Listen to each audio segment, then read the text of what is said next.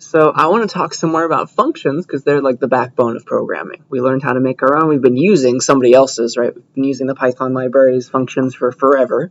Now we finally know how to make our own. I want to make more complicated ones so that we can do cooler things with it and maybe combine them with like the turtle library. It'll be great. So yeah, let's remember what functions are all about. A function is just a piece of code that you can keep coming back to, right? It's rerunnable. It takes some things. It's not going to do the same thing every time because you can like parameterize how it works. You see that? So we use that's why they're called parameters, right? Your function can have some parameters inside of it. It can take those things. It takes arguments in the call, and they get passed to the parameters in the definition, and then you can do different things depending on how your function was called. Okay, so that was nice. So this is how you had to say it, right? It was always like def to make one, define it, give it a name, func name, and give as many parameters as you need to give, maybe 2 for my example.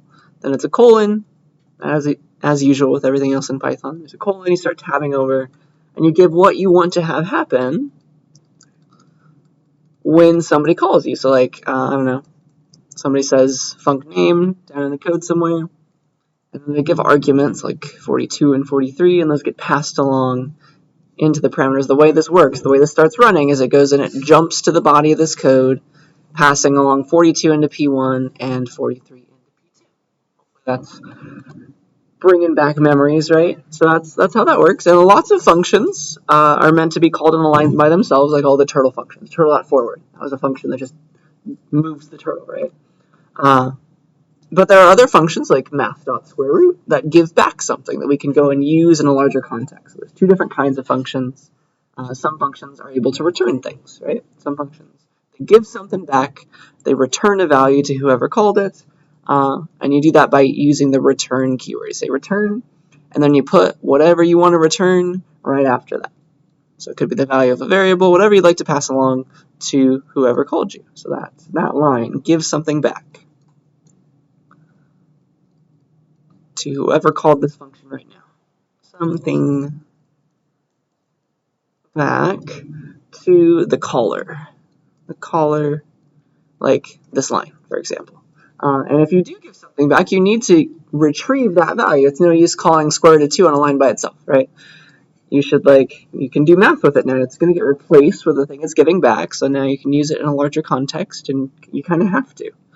Func name, call it with the arguments, and now if it's going to give something back, then you can be like, you can use it, make it bigger, and then like store the value for later, stuff like that. Okay, so there's 2 special kinds of functions, 2 different classes of functions, right? Some are meant to be called on a line by themselves. They go if they do something for you.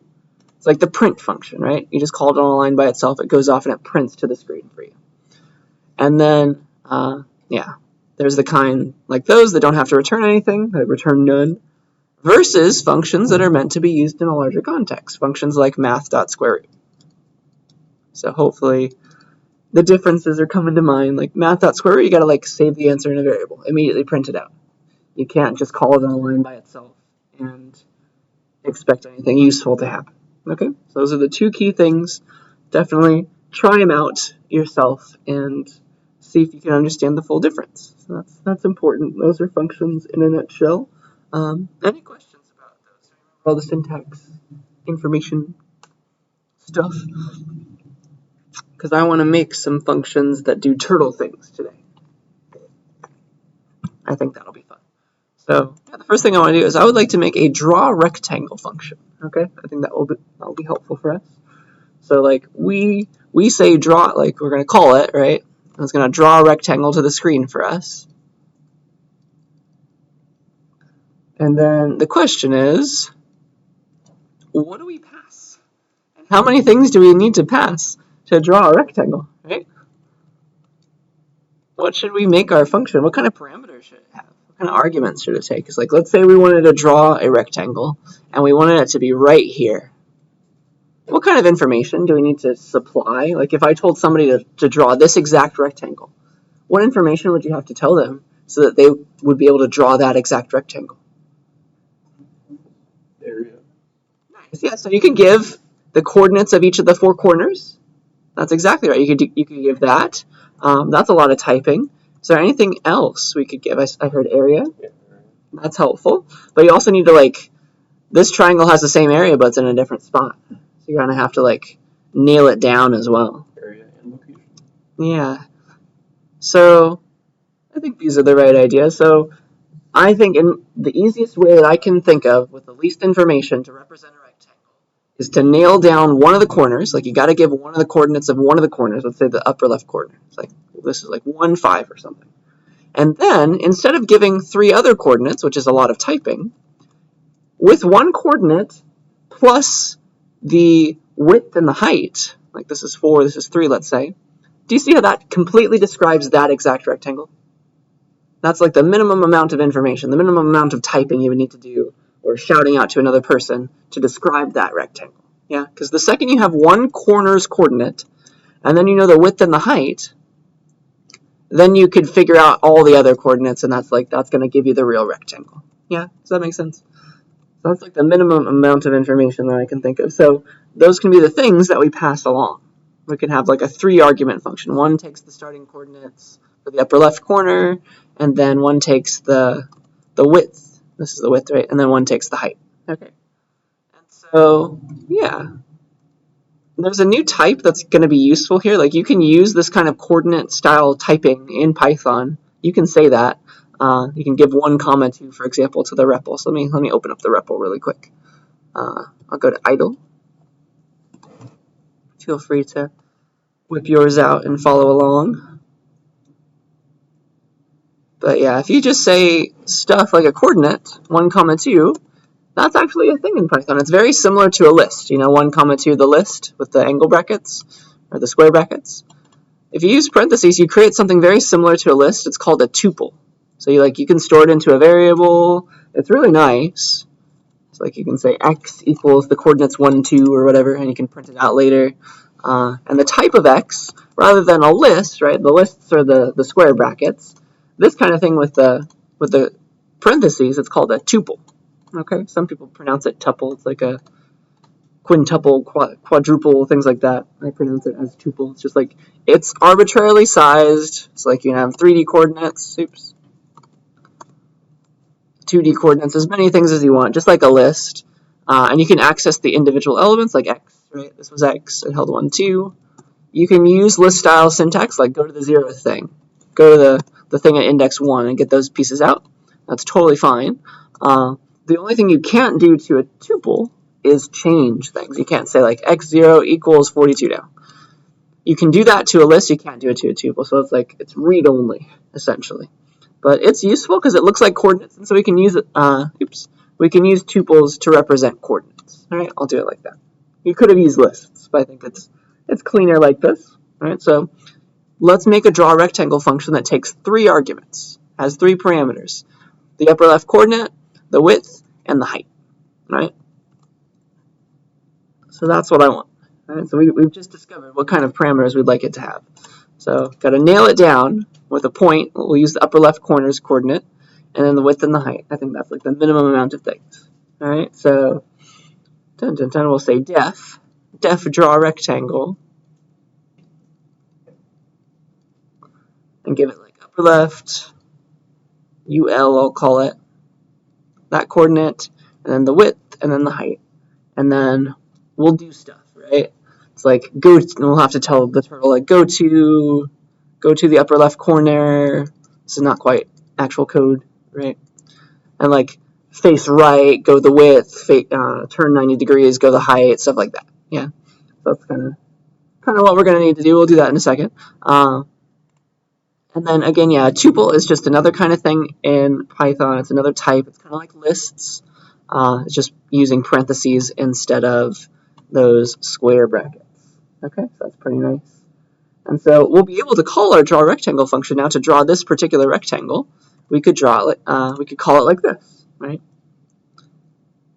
And notice that this is a kind of function that should be called on a line by itself. It just goes off and draws something for us. Draw a rectangle, and we'll give the coordinates 1, 1, 5, and then the width, and then the height.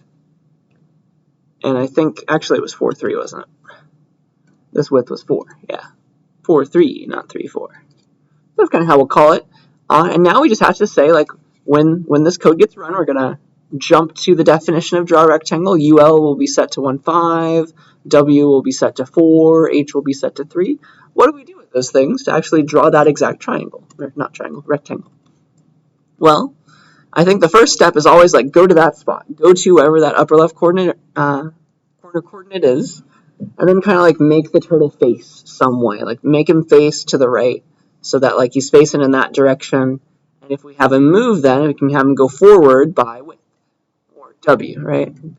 Move that way, go forward by W. Then you're at this corner, and then, like, you're facing that way. You should turn him to the right 90. Then you can go forward again by H this time. See that? And if you just turn right 90, go forward by width now, like, eventually you're going to draw whatever rectangle they were asking you to draw, all right? And so these variables are very useful, right? It's W again, H again. So this function can be used to draw any rectangle anybody wants, as long as it's perfectly sideways and not rotated. That's the only thing you can't do. So yeah, I think that's perfect. Let's make this. Let's make a draw rectangle function now. So I'll make a new file and a new folder for today as well. I'll call it lecture 24 folder.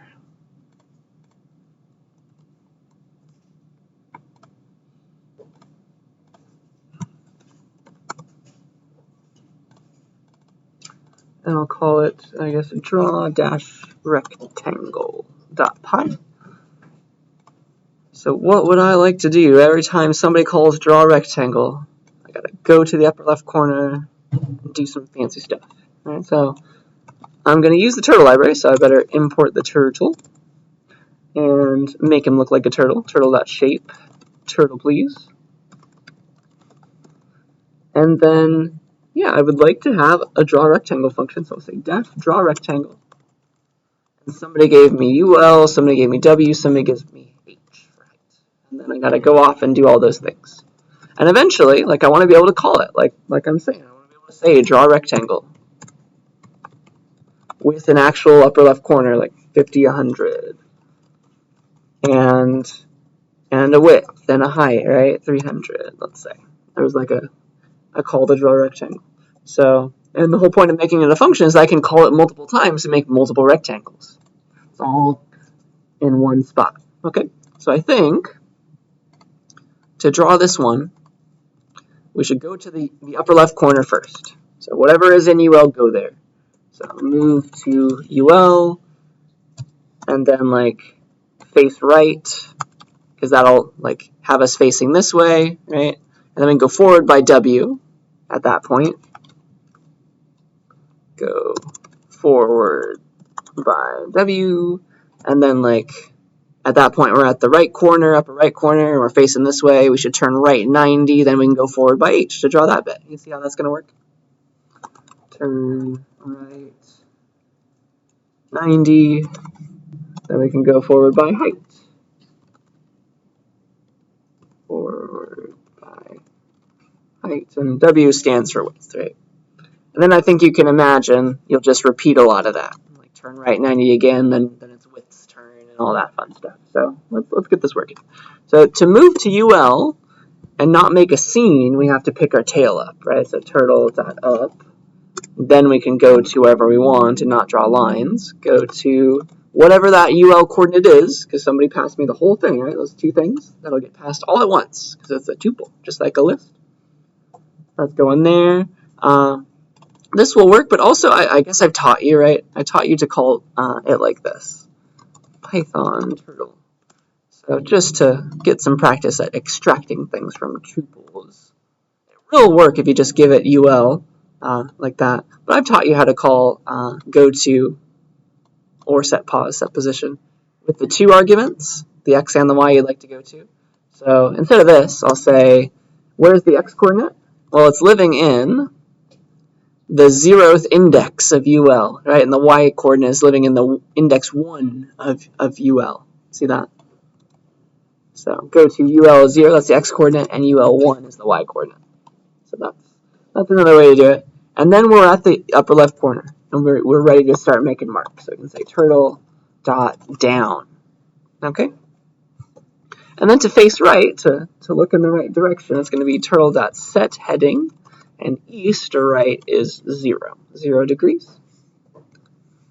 And then we go forward by width. Turtle dot forward by whatever's in W, right? It could be 100, could be 1,000,000. Just go forward by whatever that user gave me when they called me. So that's going to draw the rectangle they wanted. So that's perfect. And then turn right 90, turtle dot right 90. It's all falling out like we want it to. Then we go forward by height, whatever's in H. And then let's see how far that gets us. Let's run this. Boop. So that's apparently this exact rectangle I'm trying to draw that's more tall than it is wide. So now I'm at the bottom right, and I want to, again, turn right and then go forward by the width. See that? If I go forward by the width, that'll draw the bottom part there. If I go in that direction, forward by the width there. So it's a lot of copying and pasting now. It's going to be, all right, I want to go right 90, forward width.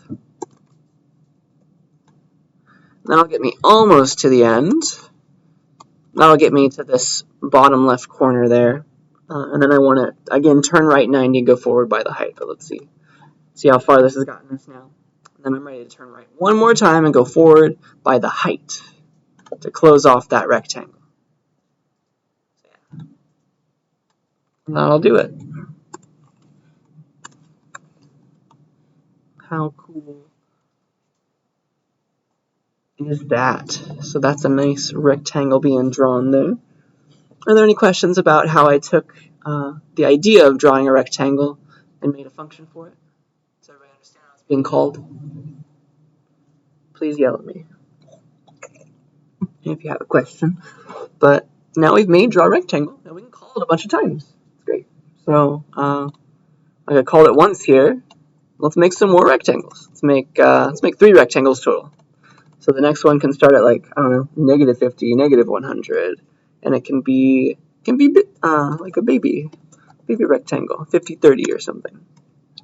And then let's draw another one. We'll be like, all right, this one can be at 0, 0. The upper left can be at the 0, 0 coordinate. And it can be a square, right? Because you can use draw rectangle to draw a square if you make the width and height the same. That's pretty nice. You have a lot of power now. So yeah, let's watch these work. So it's just jumping back to this code with different values for UL, W, and H because we're calling them differently. So you can make some fun abstract art very easily now that you have a draw rectangle function. You don't have to copy and paste any code. Just keep calling draw rectangle. Does that part make sense? Am I good enough with draw rectangle? Because I want to make it a bit fancier, but do we understand it in its current form? Because I think the last thing I want to do is add one more parameter to draw rectangle, because then we could like pass along, hey, what color do you want the rectangle to be drawn with? Wouldn't that be cool? So I think that would be the last thing I'd like to do, if we're ready at least. Good. So this is some good code to study. It's some fun function stuff. But let's add a parameter for color, for which color we'd like to draw that rectangle in. We'll just do the outline color. So I'll add a new argument here for color. And so now I can pass things like, I want this one to be like the default black, but I want this one to be like red. I want this one to be blue. So now I have that ability. I'm kind of forced to do it now because I added that. I have to call it like that now with four arguments. So it has 4 parameters. And so what do we do if the user passes me a color? How do I make sure that what I'm about to draw is that color? It's going to be dot pen color, the outline at least. So let's just say turtle dot pen color. Whatever it was doesn't matter. Make it whatever color is right now. Because like when I call it here with red, for example, we're going to jump to the body of draw rectangle. We're going to pass along red, this red here, into the color parameter. And then, so we'll say turtle.pen color, and color will be holding red. So it'll get replaced with red, and that's what the pen color will be set to. Does that make sense? That's pretty cool, very powerful. We have that ability to parameterize our rectangles. That's the whole point of functions and giving them parameters for things. So there's my black rectangle, changing the pen color to red, changing the pen color to blue. So this looks like some some old video game from the 70s or something now, because that's kind of like their art style, just a bunch of colored lines. Isn't that cool? Any questions about this code before I switch gears to a different yet slightly similar example?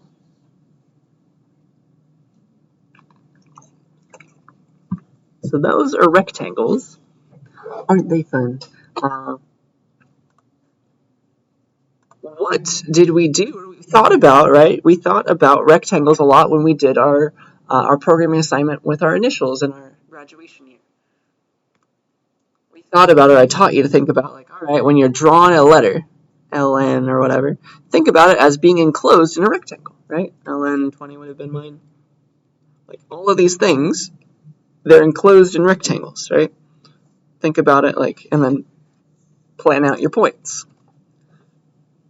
Well, if letters are enclosed in rectangles, can I maybe modify my draw rectangle function to like draw an L of an arbitrary width and height? And I cannot draw straight lines today. Let's figure this out. So wouldn't it be cool, like here's a rectangle. It has an upper left corner, a width and a height. Like here's another rectangle. It also has an upper left corner, a width and a height. Once I get done drawing the straightest lines I can pretend to draw. That could be better. So here's another rectangle. Again with an upper left corner, a width and a height. I'm really struggling here. There we go. Upper left corner, width and height.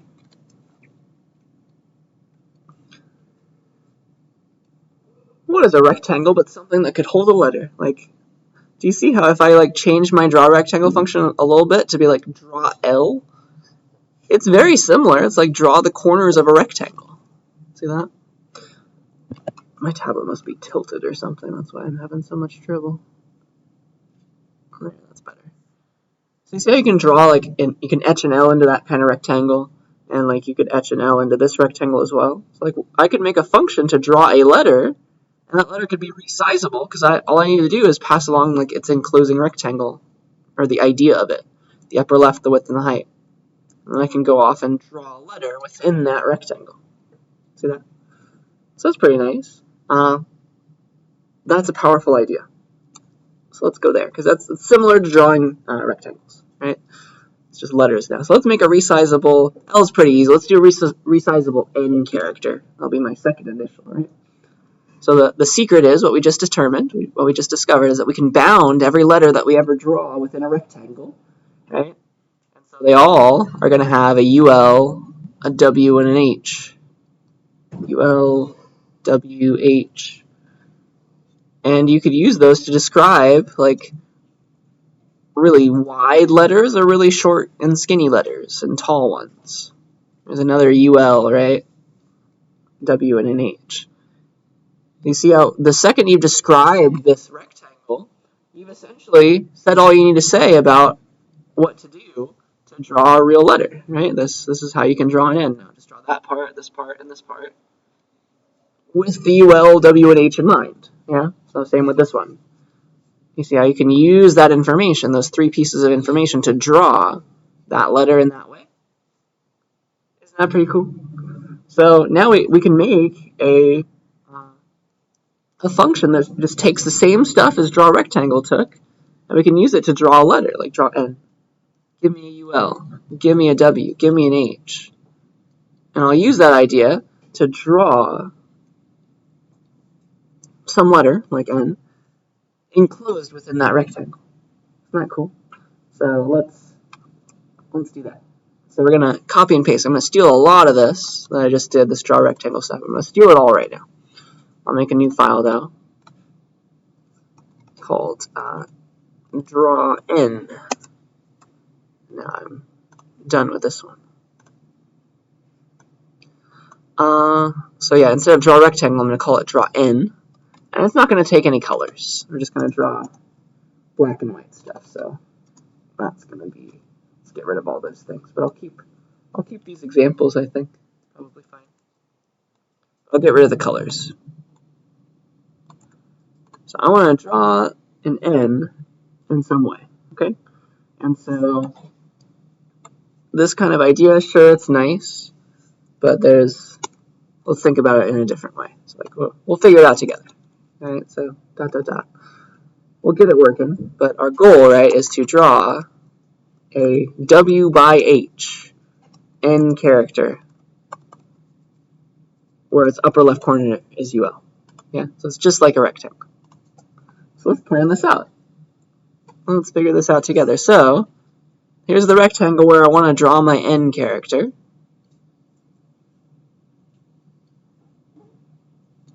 And again, I can't draw a straight line. I need like a ruler or something.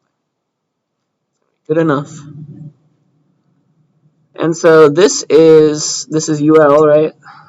Up there, this is W, this is H. Let's call UL X comma Y. Okay?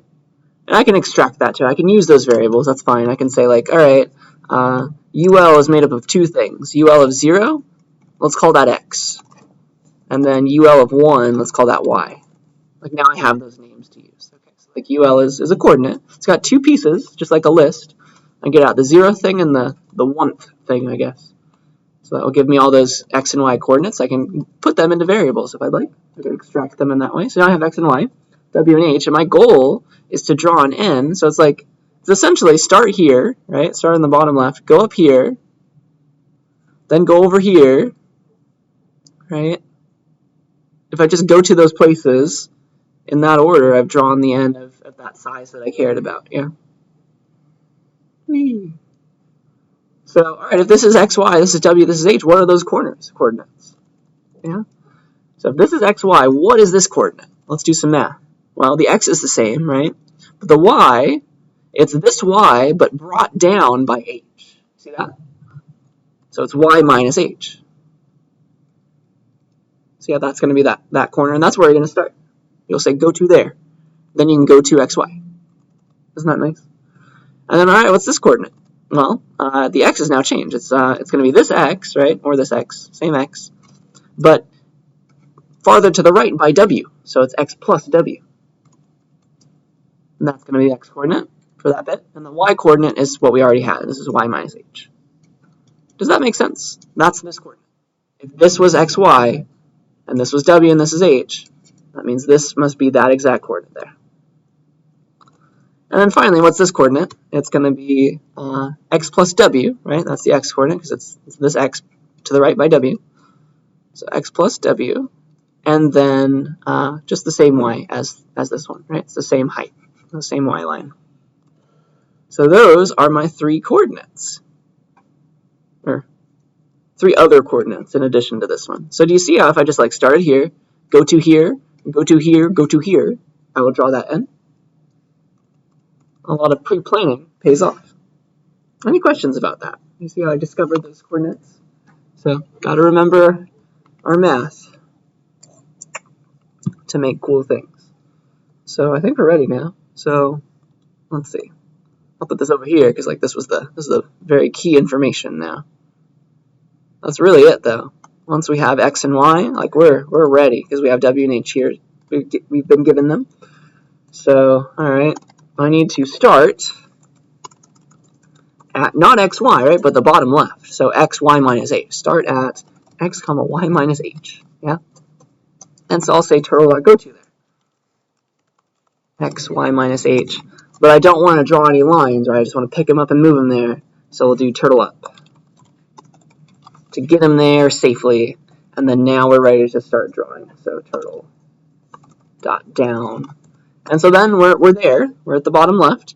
Now we need to go to XY, then go to X plus WY minus H, and then go to X plus WY in that order, right? Because that'll draw those lines. So first to XY. That's the first. That's the left line, left vertical line of that end. And to draw the diagonal, we're going to go from there to the bottom right, which was X plus WY minus H. And then one last one to go to the top right, go to X plus WY. That's really it. So I just read off my drawing, put it there, And let's watch it work. Oh, I messed something up. Sorry, I kept calling it draw rectangle. I changed its name. Excuse me. Now it's called draw n. It is right to yell at me about that. But now it's happy. A bunch of n's, or I think you can easily make a z in the same way, right? But that's my code, and I think that's what I wanted to show you about this. Any questions about that? So it's very similar to rectangles. It's like, just give me the bounds of the thing you want to draw, and then go stay within those bounds and figure out what coordinates keep you there. It's so cool. It's like sideways z's. Makes me think like somebody's sleeping or something horizontally. So that's that example. I think this would be a good time to have you play around. So take my code. I'll give you plenty of time. I've got give you lots of minutes to do it, but take my code and go make like a resizable L character, like a character from your name. L's easy for sure, but give this a try. Change this to draw a different kind of character with the same kind of parameterization. Like, give me an upper left corner and a width and a height for that character, and then I'll go up and draw it a million times in different places. Okay? So L would be a good one, but try one with your name if you're feeling fancy. You might have to do some math, like an A, for example. Like, you can get the corners, but like, how do you get the middle? It's like going to be, how would you calculate that? You have to start dividing some heights by 2 and stuff like that. But it's all possible. It's all definitely possible.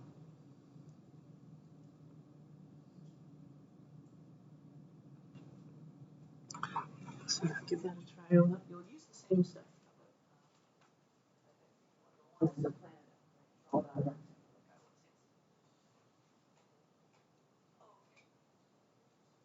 you need to be in a different file, right? Your camera programs there. Oh no, that's still the replica. You need a new file. So is it still the replica with arrows and everything? Or you can type file. There's a file.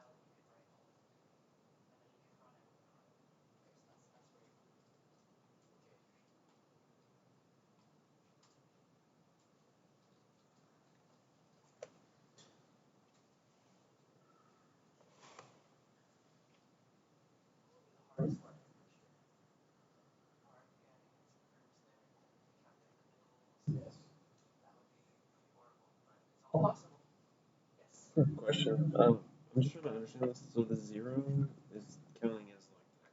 It's an index, yeah. So it's just like a list. The 0 and the 1. I don't understand that. So you remember the lists? Like if I did 5, 6, 7 Yeah. to access pieces of that, it would be this would be index 0. I see. So it's technically X and Y. Exact same thing. So it's like this was the X coordinate, this was the Y coordinate. You can use that same syntax on a tuple. So this is index 0, this is index 1 for the X and for the Y. Yeah. Cool.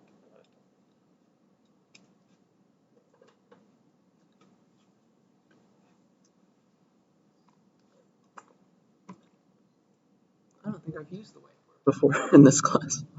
Yeah, this semester. So that was fun for me too. This is basically just saying like that part of the function has 2 items and like a list. Or like it's 2 things in the Yeah, list. so you see how I'm calling it right here with 5100 or these other things? Yeah. I'm giving it this whole thing at once into UL. That's the tuple. So it's just like a list. I'm giving that whole chunk of information all at once with one name. You can also do like 2 variables for W, right? You just do W and bracket 0 and then if you wanted to. Oh yeah, you could like pass along the dimensions or something in the tuple by itself if you'd like. Okay. That would work. And then you could get it all as one chunk, but you'd have to start extracting it. Yeah. Yeah, okay. So yeah, that was the trade-off. Like we could have passed X and Y separately for the upper left corner, but I thought it was fun to teach you about tuples.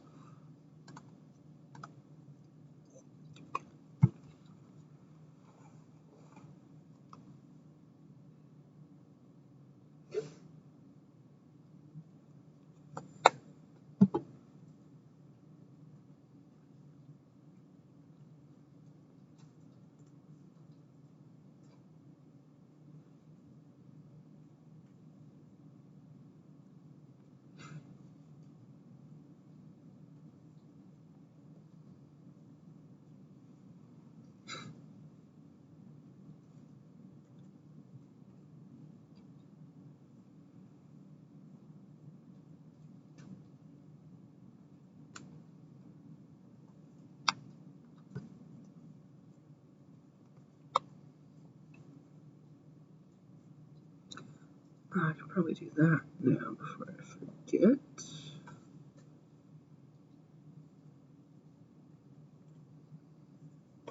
Of course, you're gonna make me sign in.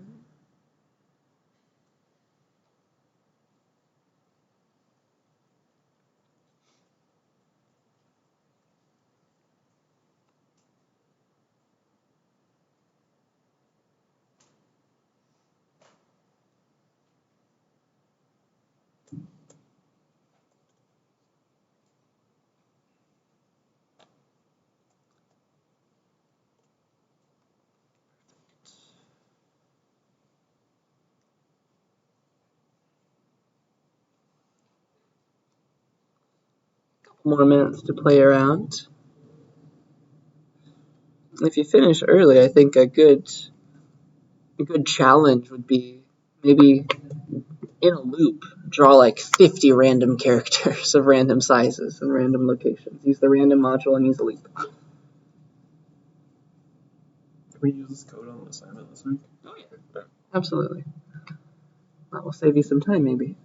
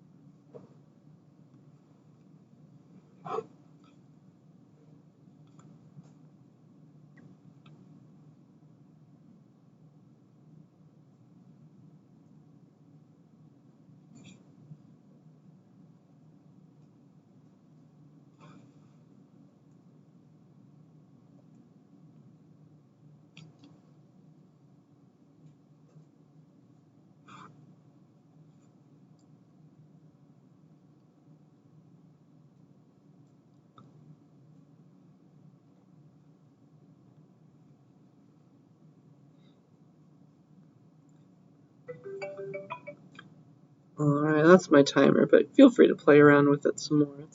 It's fun stuff. Are there any questions that came up as you were trying it?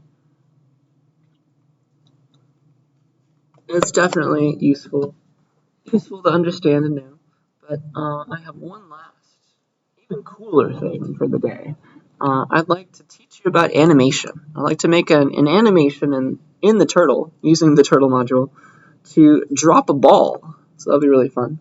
I'll eventually do it with actual gravity, but we'll just do it with just a normal same speed, like 0 gravity or something. But a bouncing ball that like goes up and down. It's like a ball that goes down, hits the floor, and then comes right back up as well. Just like keeps on bouncing up the top and bottom walls. All right, so that's my goal for the day now. But it'll start at the top wall. Maybe I should draw a picture a little bit better. So like it'll start at the top wall. You're gonna drop it in code, of course. It'll hit the bottom wall and then go right back up. So yeah, to get there, let's first talk about like Scratch was doing this for us, made our lives so easy. We have to do it all ourselves now that we're in Python. We have more control, but that means it takes a bit longer to get the same effect. So let's talk about how do we make animation in code. So I think the thing that we all understand that is animated, like our like cartoons or movies and things, if you go to like an actual movie theater, they're probably still using film sometimes. So animation in general is just a bunch of moving pictures, right? It's a bunch of images just like shown to you really, really fast, strobe effect on the screen really quickly. If you look at like an old film reel, or like some movies are still shown with film, I assume. It's just showing these pictures really, really quickly, right, behind a projector. And then that just like to your eyes, quick enough, seems like it's really happening right there, and it's all like it's not choppy or anything. It's just you show it fast enough, it looks animated. Okay, so each different image that you show for a fraction of a second is called a frame. Okay, so like you maybe learned about the word frame rate, right? If you have a camera or something. So like when the images change faster, that means your frame rate is faster. That the rate at which you're showing the frames to somebody. So for example, like in film, the common frame rate is 24 frames per second. Okay? But modern day cameras, they like to record at like 60 frames per second. But film, for some reason, we like 24 frames per second, our eyes. And so that means each frame is shown to you for 1/24 of a second. So that produces animation. So all we got to do, right, in our code is like set up a scene and be like, all right, maybe you've made a flip book before and you've done this yourself. It's like, well, just like draw the ball up top. If you want to make a bouncing ball animation, like draw the ball up top and like show that on the screen for a little bit. And then draw the ball, like clear the screen, draw the ball in a different place. Show that for a little bit, right? Then clear the screen, draw the ball in a third place. And so it looks like it's moving, right? Because you've moved it a little bit and you've shown each thing. And like you keep doing that. Yeah. So those are your frames.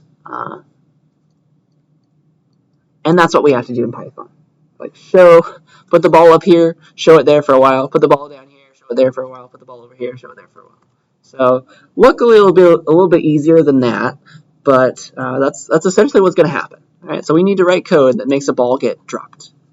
All right, so you need a lot of code for like just basic things that Scratch did for us, but it's really satisfying to get it working. All right, so let's make a ball that gets dropped and keeps bouncing. I'm going to use a function called drawFrame to make things easier, but I think the first step is let's have a bounding square, so it looks like we're looking through a window on a screen or something, and we'll have the ball bounce off the top and the bottom walls there.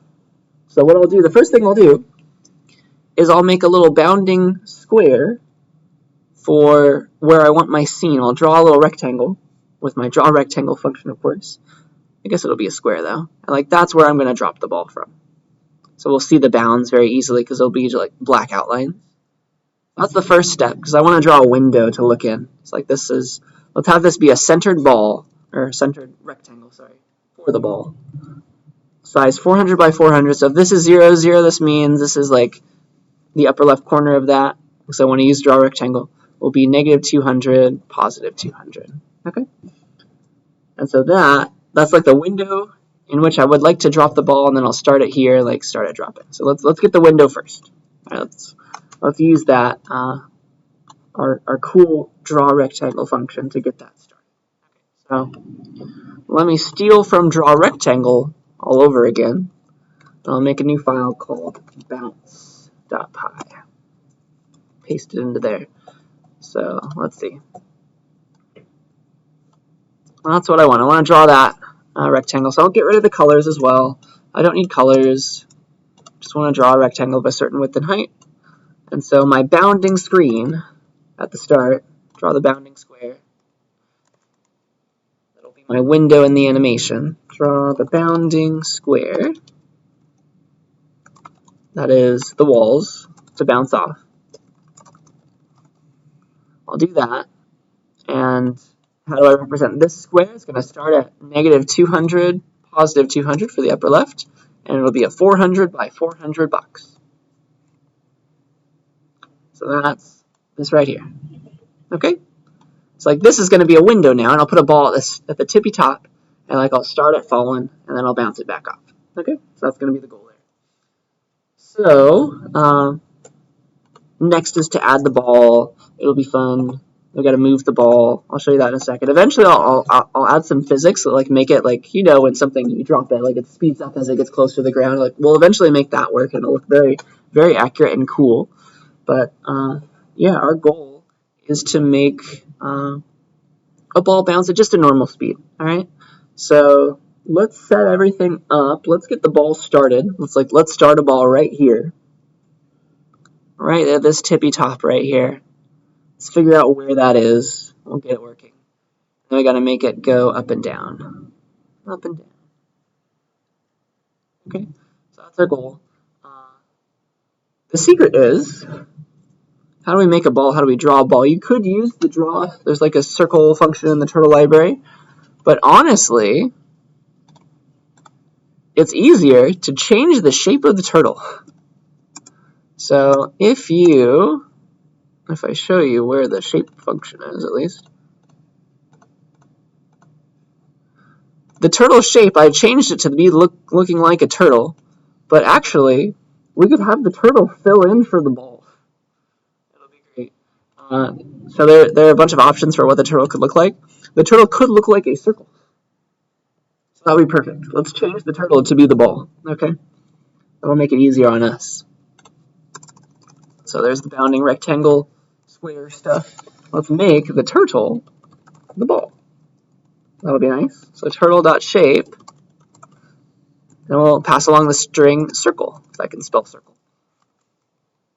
And so look, after he draws the thing, he'll make himself a ball. And then we'll drop the ball. Well, that'll be fun. So the color of the ball is the fill color of the turtle. So if I change the turtle.fill color to something else, to like pink or something, and that'll make the ball pink. So that's cute already.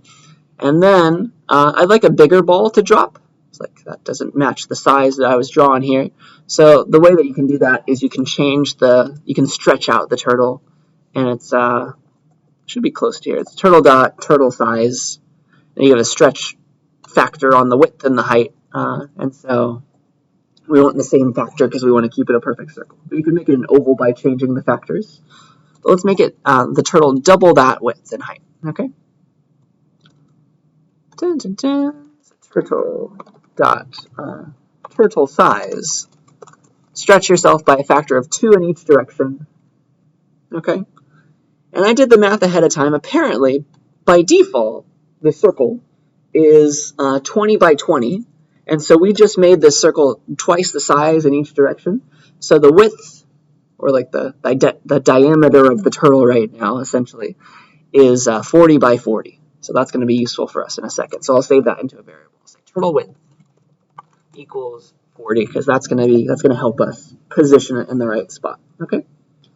So what I'd like to do now is I'd like to keep some variables that keep track of where the ball is right now. And I'll just use those variables to change things. So like I want the ball in the middle of the screen. So I'll make a turtle x variable. And the turtle will always like eventually snap to that place. I'll make a turtle x variable, and it'll be 0, right? It should always be 0 to be in the middle of the screen, for x at least. And then the y, the turtle y, should be something, right? This is, if you think about the coordinate system, this is y equals 200, this line. See that? I could put the turtle there. I could say like turtle y equals 200, and then go there. But that's not quite right. Let me show that to you. So like here is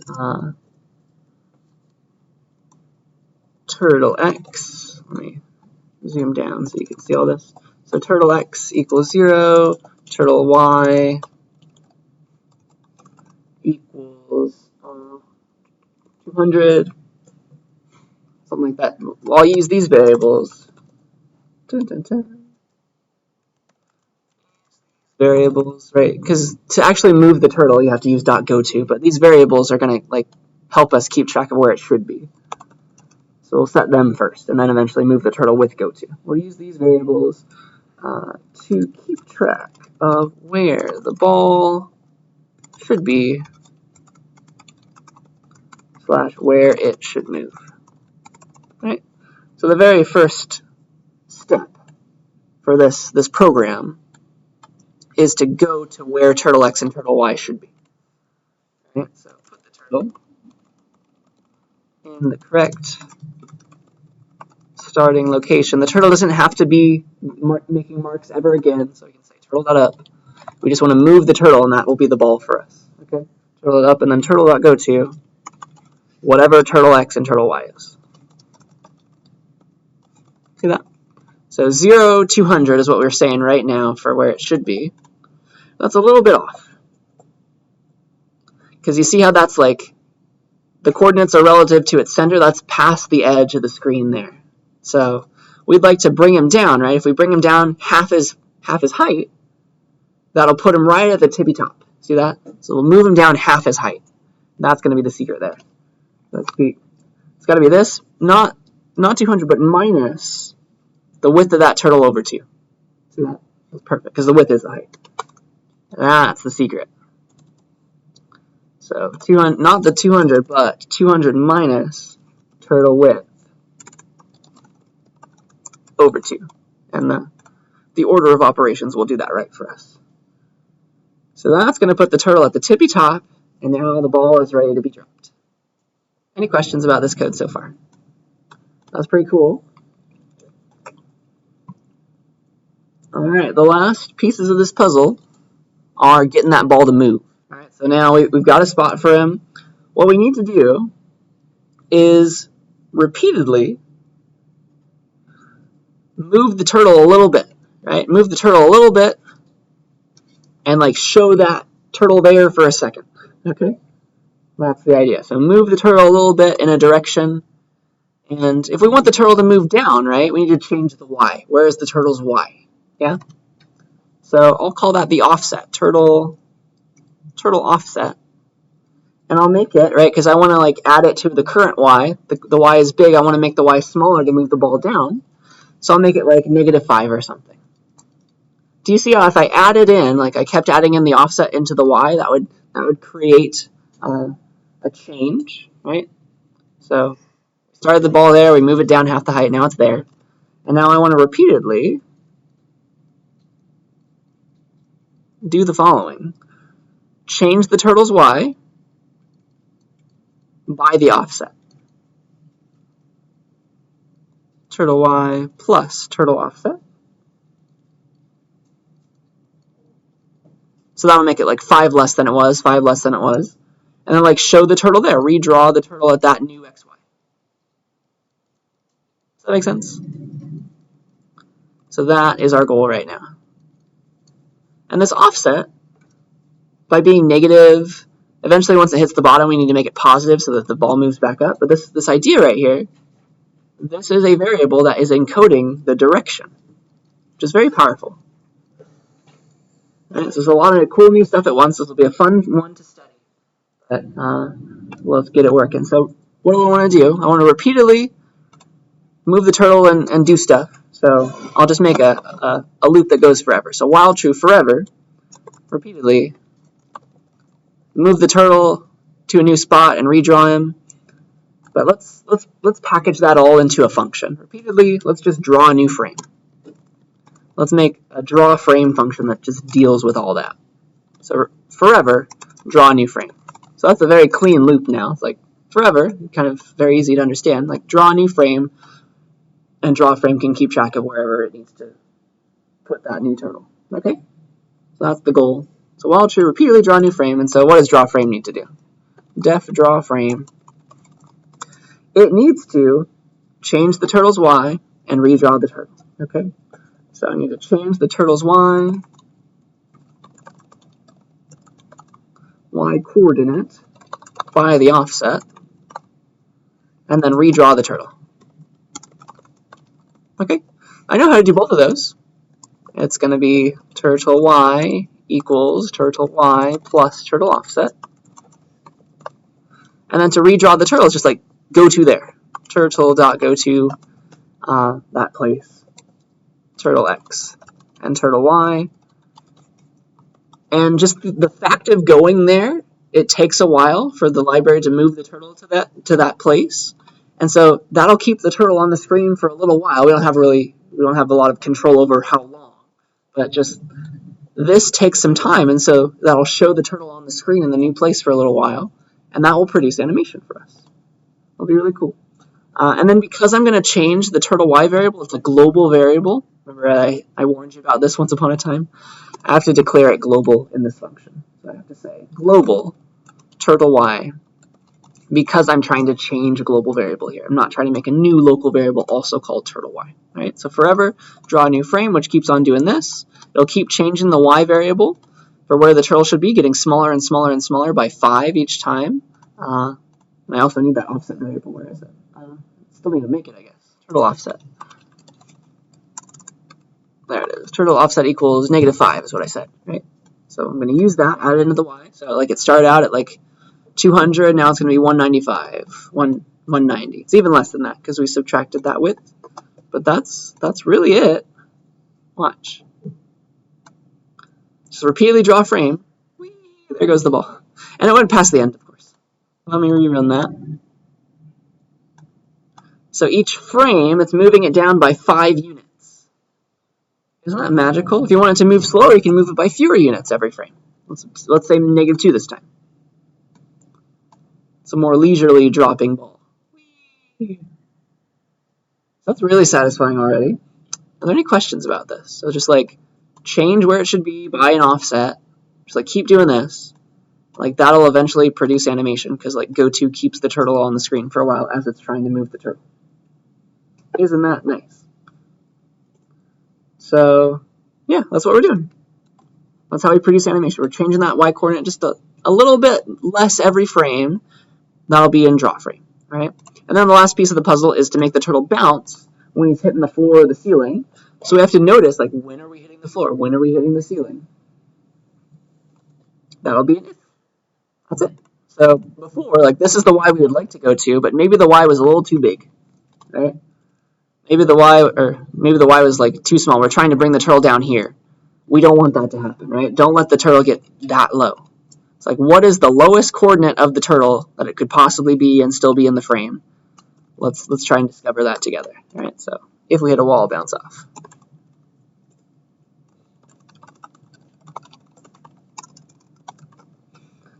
So what's the lowest coordinate? So this is negative 200, right?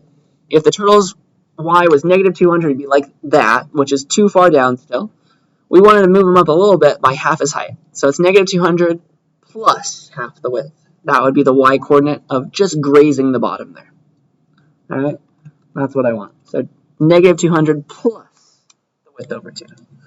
So if it's any smaller than that, so negative 200 plus width over 2, that's the Y coordinate of the lowest bit that I would want the turtle to ever go to. So if turtle's Y is ever lower than that, right?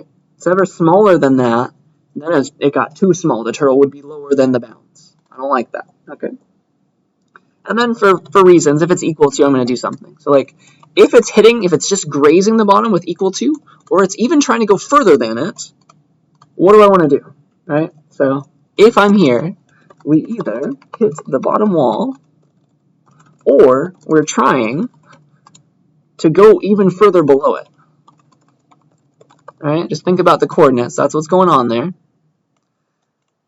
So if we're trying to go below it, let's like rein the turtle back inside, first of all, if it was strictly less than. Move the turtle back inside.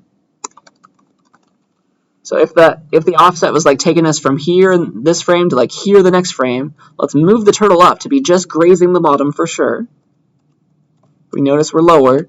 Let's move the turtle back inside to be exactly equal to, right? The turtle Y, let's set it to be exactly equal to that lowest possible coordinate where it's still safe, still within the bounds. And then, right, if you hit the bottom, you should bounce off and go upwards. Now, does that make sense?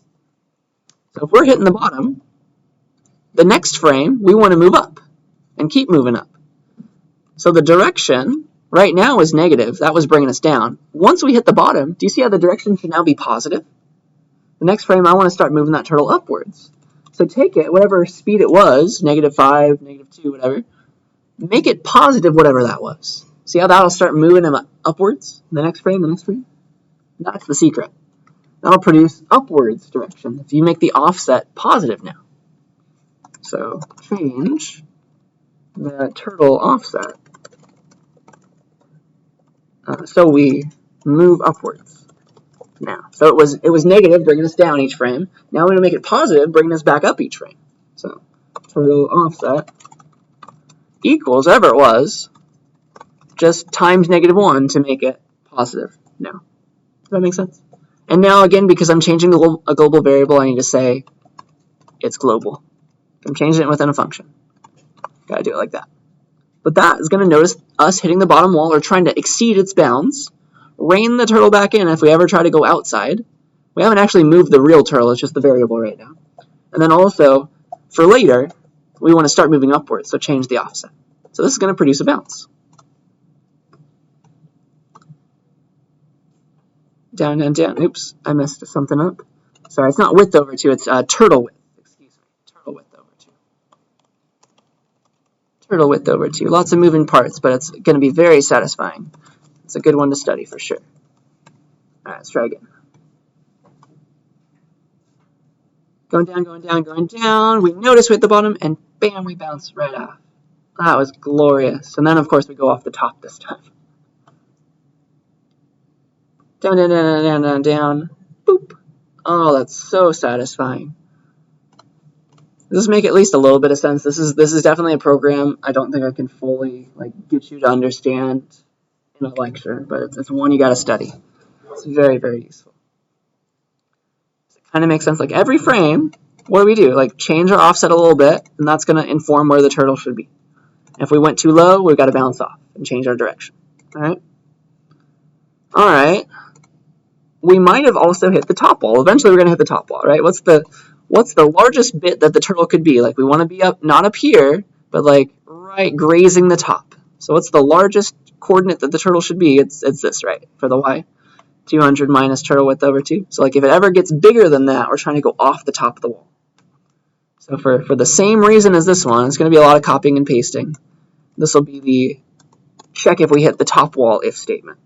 So if the turtle's y is equal to or exceeding 200 minus turtle width over 2, that's the largest it could be in just grazing the top.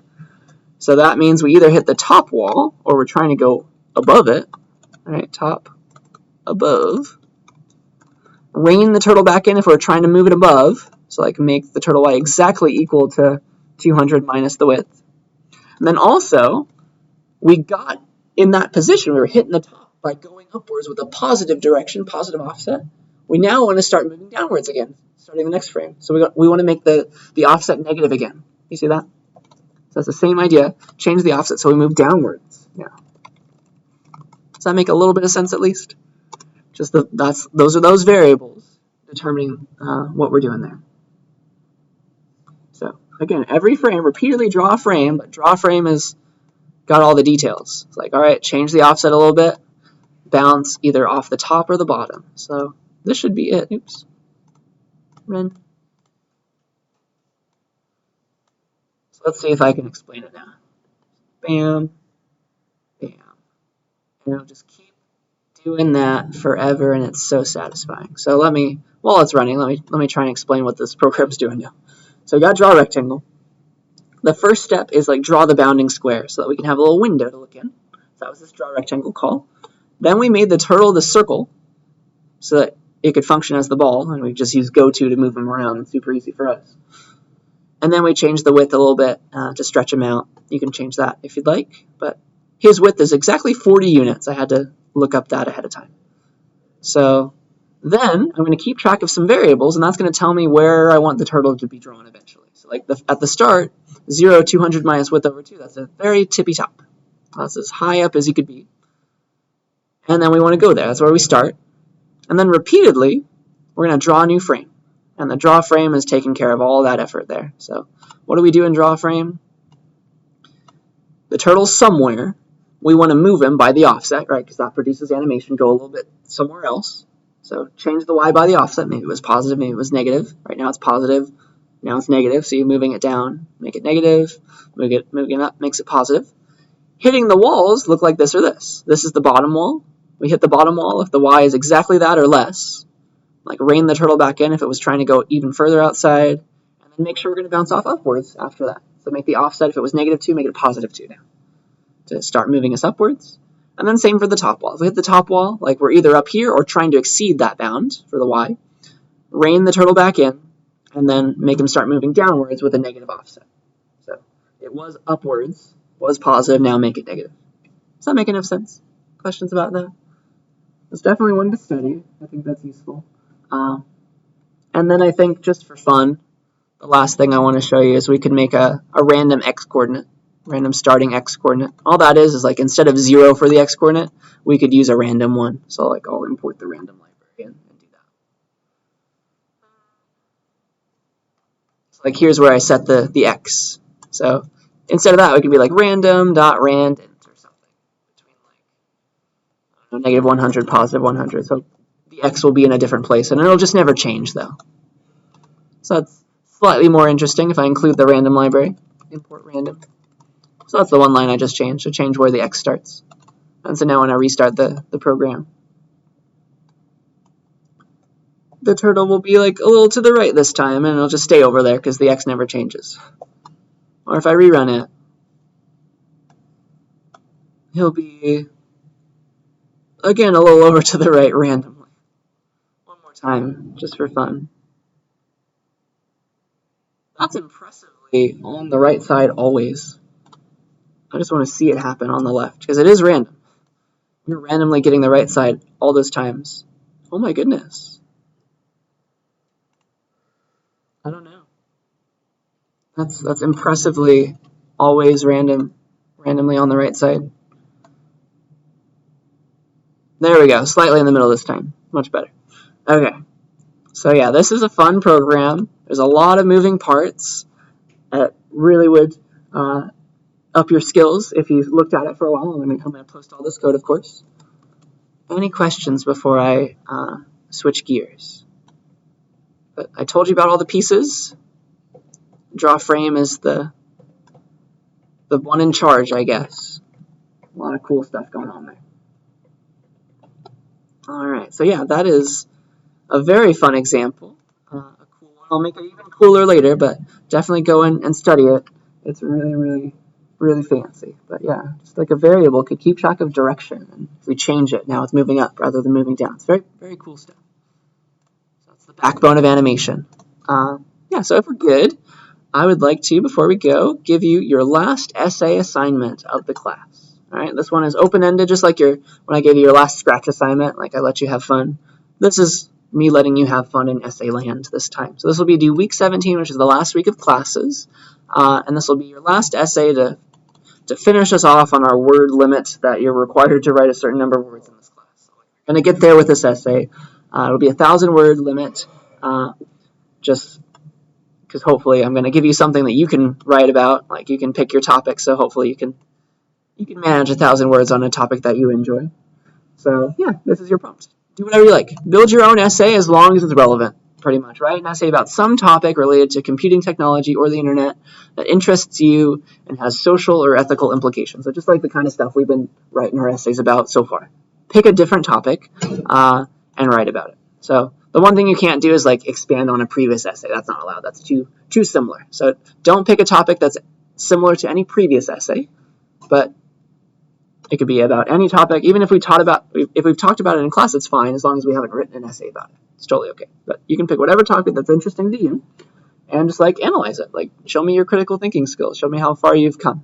So like go through both sides of the issue because surely there's an issue there that you're going to talk about. Talk about assumptions that both sides are taking that might not be correct. Point out any fallacies and give me their names if people tend to use them to talk about whatever thing you're talking about. Tell me how our boys might think, how Kant would approach the subject, how Mill would approach the subject. That might help you, right? Just analyze whatever you want to talk about. And I think that's pretty open-ended, and you can talk about something that you enjoy this way. So yeah, have fun, make it a 1,000-word essay, and I want it to be like a research paper, so I'd like you to cite at least 4 works, okay? Whatever you want, but find 4 things to use to cite and make some citations in the text about it. That's pretty much the requirement. Any questions about your final essay for the class? Just like go crazy about a topic we haven't had an essay on yet and do some research, so cite some works, 4 works total. Make enough sense? Let's do the week before finals. Yeah, week 17 is the last week of classes, so it's the week before finals week. That's going to be the 7th. I do. It's on the syllabus. I talked about it on the first day of class. It's written on the syllabus somewhere. So that'll be in this room at that whatever time is on the syllabus, and I'll talk about it more, I think, next week. That time is available somewhere. Yeah. So I think that's what I wanted to say about the essay. And yeah, next week I'll talk about the final. I think that's my plan.